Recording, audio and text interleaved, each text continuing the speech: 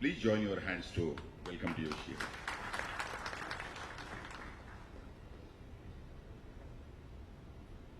Thank you very much.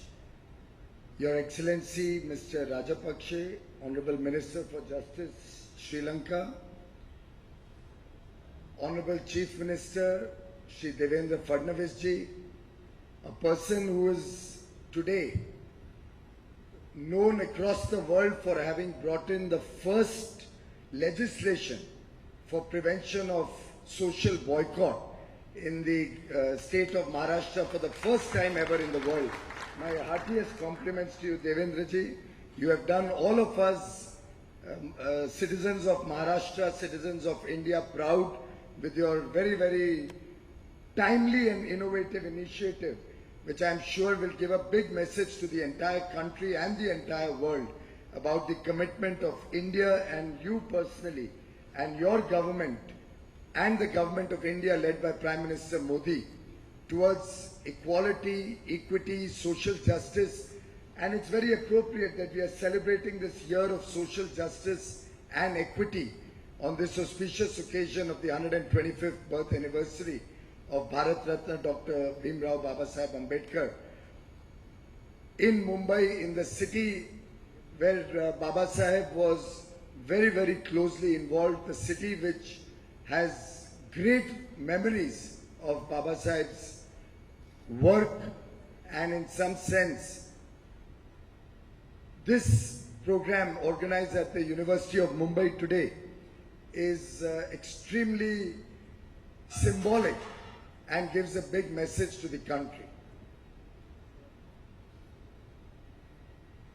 We have with us also Mr. Vinod Taude, Mr. Rajkumar Badole, Mr. Dilip Kamble, Honorable Ministers of the State of Maharashtra, Mr. Arvind Sawant, Honorable Member of Parliament from South Mumbai, Dr. Sanjay Deshmukh, the eminent Vice Chancellor of the Mumbai University, a university with which I have very close links. I have done both my commerce and my law degrees from Mumbai University, and feel very privileged to be here amongst all of you. Shri Sang Senzazi from Ladakh, Shri Banagalji from Sri Lanka. We have some very distinguished guests from other parts of the world. Professor Kevin Brown from the United States, Professor Sam Lanfrance from Canada, Professor Julian Berger from UK, Mr. Ujjwal Uke, the Principal Secretary of the Department, many distinguished guests from across the world, from Mumbai, ladies and gentlemen. While we all know that Dr. Babasaheb Ambedkar is the architect of the Indian Constitution and has left behind on the footprints of time one of the finest legislations ever conceptualized in the history of the world, there are many aspects of Babasaheb's life and work that remain unsung, that remain untalked of, that remain unheard of. While in the course of the two-day conference programs that the government of Maharashtra has kick-started today, we will see many aspects, many facets of Babasaheb's life and works being discussed. There are some very different facets of his work that caught my attention, which I thought I will share with all of you. While Babasaheb is considered one of the founding fathers of modern India, and obviously his dream of an India free from divisions of caste, class, gender, equal rights for all are well known. It's also very well known that universal adult franchise for all Indians without any bias of gender, class, literacy or religion was advocated first by Dr. Babasaheb Ambedkar and then provided in the Constitution. There are some aspects which have remained unsung for several years. Minimum wages, for example. The concept of minimum wages for the labor, for the work that our karmacharis, our kamgars do, has really found legislative strength in the work of Dr. Babasaheb Ambedkar. He was instrumental in drafting legislation on November 28, 1942, even before independence, is when Baba Sahib brought forth the minimum wages legislation and in some sense set the trend for years and years of equality for the workers, set the trend for justice for the workers, getting at least a modicum of minimum wages which can help them through their life, help them live a decent quality of life. He of course also successfully led the work to reduce the number of working hours from 12 to 8. At one point of time, many years ago, many decades ago, the normal working hour for a common worker was 12 hours. He recognized that the ability of a human being to perform best, to give the best output, is within a span of 8 hours. There are different aspects to human existence. All aspects, the integral development of a human being cannot be taken care of if a person is only immersed in work or official business labor. And it's very important that we provide adequate time for a worker, for rest, for leisure, for taking care of family, for taking care of other requirements.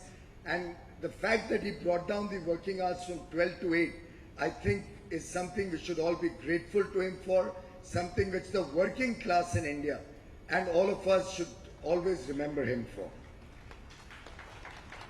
Another contribution of Baba Sahib to India's labor story was the setting up of employment exchanges.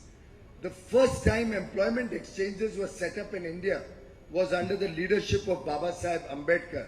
And then when I was researching about Baba Sahibji's work, I found resonance in the work that I am doing today, particularly in the field of coal, in the field of power, in several initiatives that Baba Sahib had taken many, many years ago. In fact, he enacted the Coal Mine Safety Stowing Amendment Bill for the benefit of coal mine workers on January 31st, 1944.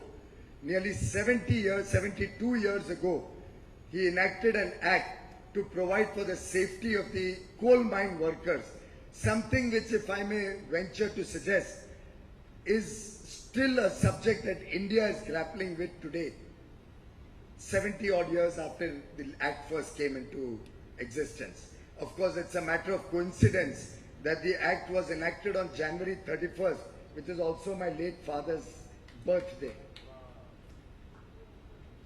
Women. Baba Sahib was very concerned about women, and he wanted women to have equal rights. I quote from one of his works, "I measure the progress of a community by the degree of progress which women have achieved." And I'm sure it's a matter of delight for all of us, not only the women in the room, that Baba Sahib advocated the concept of equal rights, irrespective of sex, for every citizen of the country. And the very fact that the more the women progress in a society, that much more the society will progress, the community will progress, the nation will progress, is truly a visionary thought that Baba Sahib had articulated several years ago. And then he fought for voting rights for women and brought that into the constitution, something which many matured democracies took many years to provide for. India provided for that along with our independence, and again it's a matter of great pride for all of us Indians that we had equal pay for equal work irrespective of the sex of a person. That's another great initiative that India articulated well before many developed nations did, that irrespective of a person being a man or a woman, the pay should be equal for the same work done, for the same type of work done. He was the first person who brought equal pay for equal work, irrespective of sex, in terms of industrial workers, when he was the labor minister in the Viceroy Executive Council, much before independence. In fact, another dimension that is unheard of, unsung of, is the fact that Maternity Benefit Act was also brought in by Baba Sahib Ambedkar. He played a major role to bring in the maternity benefits bill in the Bombay legislature. another thing that Bombay can be proud of. In July 1928, nearly 90 years ago, 88 years ago, and factory women workmen were given maternity benefits thanks to this act in July 1928. It was the first maternity benefits act passed in India, finally passed in 1929 by the Bombay legislature. On a similar note, when I looked at the power sector, I found some very, very unique initiatives that Baba Saheb had started during his time. He's well known to be a barrister, to be a very eminent lawyer, freedom fighter, the architect of the Constitution. But who could have imagined he played a role in the power sector of this country? He almost single-handedly was responsible for establishing the Central Technical Power Board and the national power grid system in this country. He introduced the idea of establishment of multi-purpose river projects in India, something the benefit of which India is getting even today as we stand here. Multi-purpose river projects, one of which is Damodar Valley project. The Damodar Valley Corporation is a company that comes under my charge. Unfortunately, for bad management, bad leadership of the sector, it is the only public sector undertaking in the coal and power and renewable energy sector which until last year was making losses. I think it's a fitting tribute to Dr. Baba Saheb Ambedkar that in his 125th birth anniversary year, Damodar Valley Corporation, DVC, will register a profit after several years in this current year. And I'd like to quote from a statement made by Dr. Ambedkar in a conference held in Kolkata on 3rd of January 1944, when he was addressing the representatives of the Bengal and Bihar governments, and I quote, "The Damodar project must be a multi-purpose project. We intend that it should not only deal with the problem created by floods, it should also provide for irrigation, electricity and navigation. Along with the question of a site, these matters also have to be examined." Now look at the coincidence. He was worried about irrigation way back in 1944, and today it is so unfortunate that Chief Minister Fadnavis has inherited such a severe crisis of water, such a bad situation in the irrigation area in this state because of terrible political management over several years. I am in fact delighted that Chief Minister Fadnavis has taken proactive measures with his Jal Yug Shivir to ensure that small check dams come up all across the state and ensure that water can be stored and conserved in small measure initially, followed up with larger irrigation projects. I must compliment you, Devendraji, for that, as also for your proactive work to provide water to the citizens of Latur. Even taking water by railway wagons is something really unique and very, very commendable. Thank you for all the work you've done for the water-starved areas of Maharashtra. But the fact that Baba Saheb could visualize this way back in 1944 and suggest that Damodar Valley Corporation not only protect the interests of electricity sector, provide for power, but look at irrigation and look at navigation. And it's a happy coincidence that only today the Honorable Prime Minister of India has launched the Maritime Conference. Honorable Chief Minister was with him this morning at the exhibition center. So in some sense, how well this resonates with the problems of India even today. We have excellent inland waterways which could have been used for navigation, but we've lost 7 decades in making use of these inland waterways. I'm delighted that another colleague of ours from Maharashtra, Mr. Nitin Gadkari, has taken this upon himself as a challenge. The Sagarmala project that he has initiated and which was launched today in some sense, which is going to be kick-started from today through the Maritime Summit, and which will generate nearly 10 million jobs, 1 crore jobs, an investment of 1 lakh crore, nearly 15 billion US dollars, and will help complete the dream that Baba Saheb Ambedkar started way back in 1944.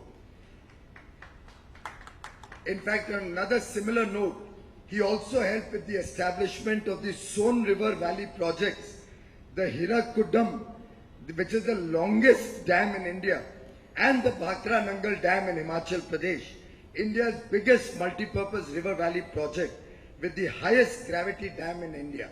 All of these initiatives actually are initiatives which India is benefiting from in 2016 also, and will continue to benefit for years to come. He was instrumental in creating the Department of Power and advocated autonomous state electricity boards. Again, 60, 70 years ago. Something which in some sense we have not been able to achieve 7 decades after independence.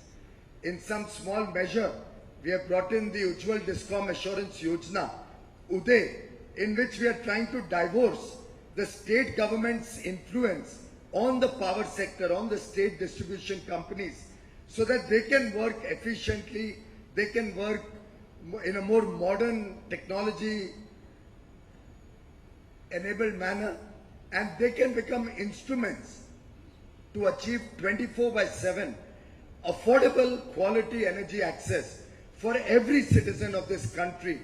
And in some sense, I think there can be no better tribute to Baba Saheb Ambedkar ji, who had emphasized that the country needed cheap and abundant electricity, without which no effort for industrialization could succeed. And the development of irrigation and electric power were essential to raise agricultural productivity. That, ladies and gentlemen, is the mission of Prime Minister Narendra Modi's government.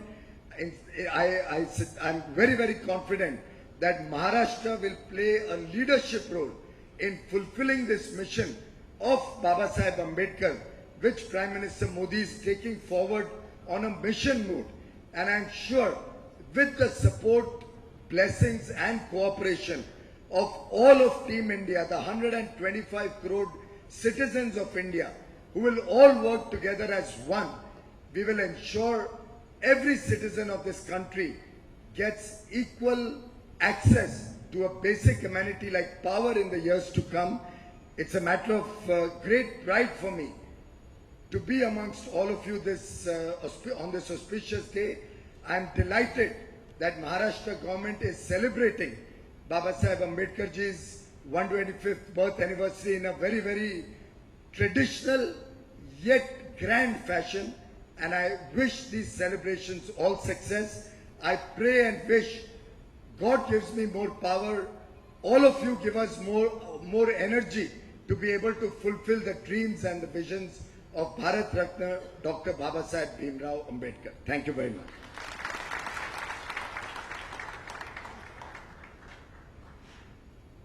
Friends, Honorable Chief Minister Shri Devendra Fadnavis ji belongs to Nagpur, where Diksha Bhumi, a sacred monument of Buddhism, the biggest stupa in Asia, is situated.